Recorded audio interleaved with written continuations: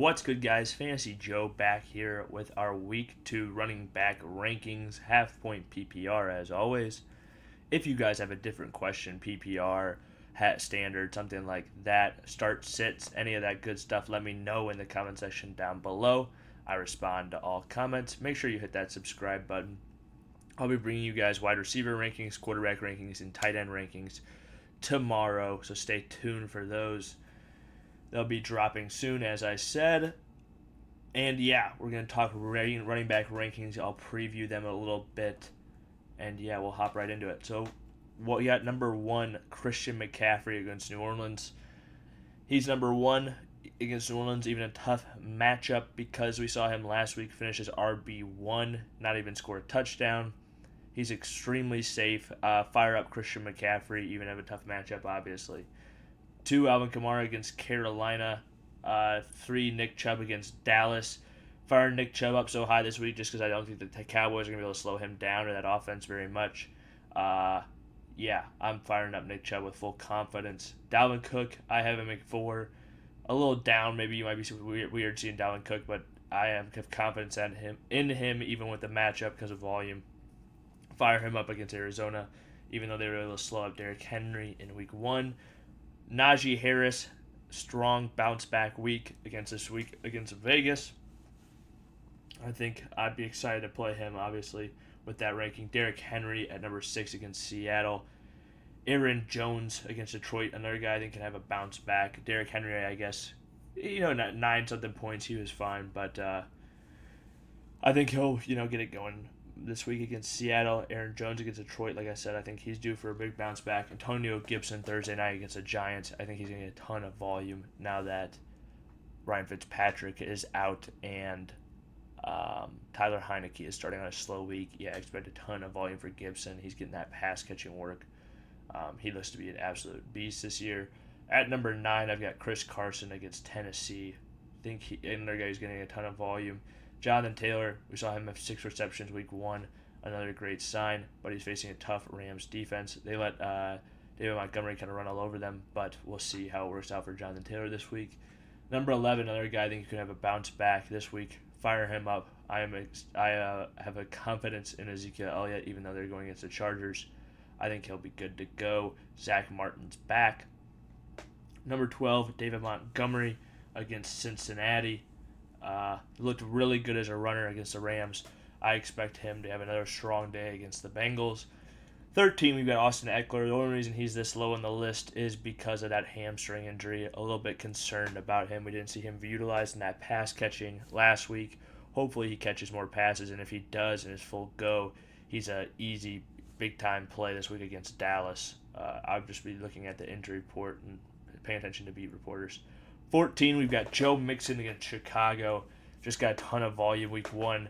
I expect the Bengals to be in that game for at least most of it, if not winning. I expect him to get another lot of volume, obviously, than in week 14, in this week against Chicago. 15, Clyde Edwards-Helaire against Baltimore. He got more he had 17 touches. I expect him to get it going for fantasy. Hold strong on Clyde.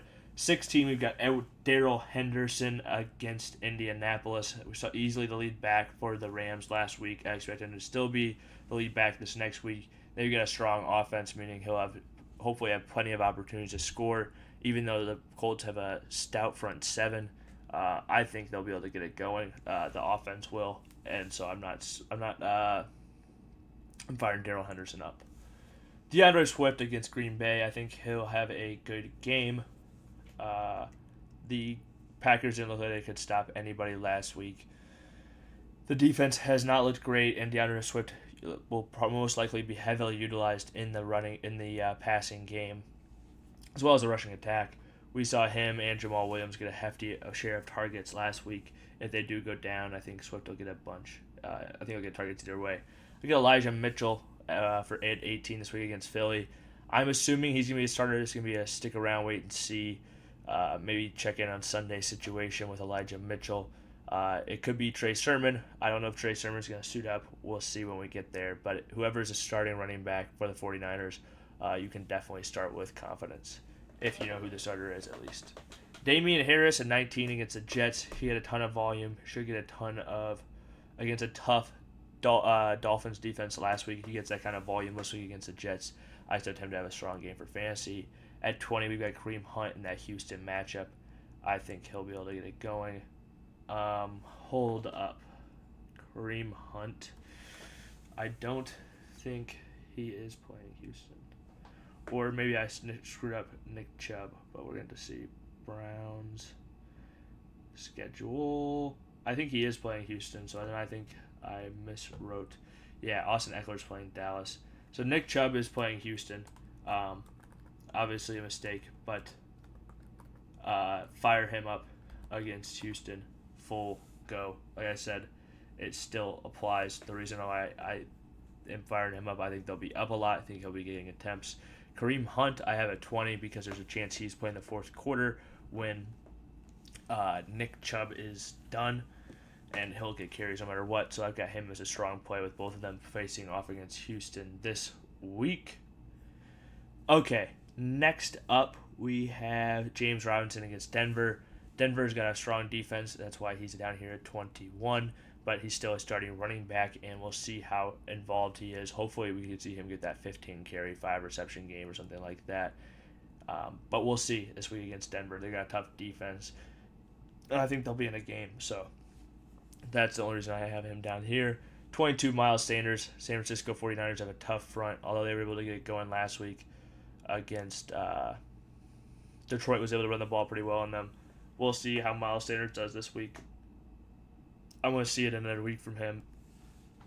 And that offensive line played pretty well last week, though. 23, we have Chase Edmonds against Minnesota.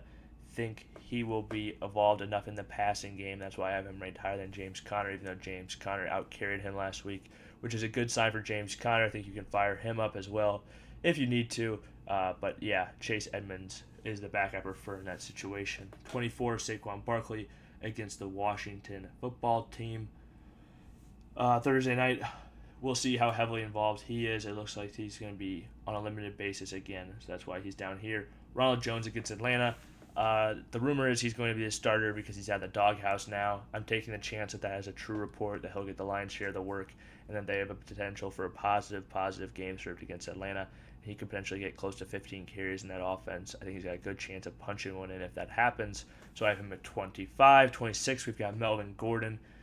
He should get double-digit carries against this Jacksonville defense, and I expect them to, be in a positive game script. Tyson Williams at 27 against the Chiefs. We saw him; he looked really good last week. Hopefully, he gets a bigger chunk of the pie this week than Latavius Murray. I think he is the lead back at this point, but Latavius outcarried him, so we will see. That's a situation to keep monitoring. Josh Jacobs against Pittsburgh. He looked really banged up last week. He was able to punch in 2 touchdowns, but was coming off the field constantly, and that Pittsburgh defense is tough, so I have him at 28. Monitor his health heading into game time. I have Devin Singletary at 29 against Miami. Tough matchup, but I think Singletary will get the lion's share of the work. So yeah, that's why he's at 29. And then 30, Javontay Williams against Jacksonville. Think he's going to get a very similar situation to Melvin Gordon. Think they are interchangeable, basically, and I'd be willing to play either or. If you guys have made it to this point in the video, please hit that subscribe button. Stick around for more rankings, more buy lows, sell highs, waiver wires, streamers, all that good stuff, all the fantasy help you want. Any questions you have, I will answer as always. Hit that like button, all that good stuff. Thank you guys for watching. This has been Fantasy Joe. See you guys next time.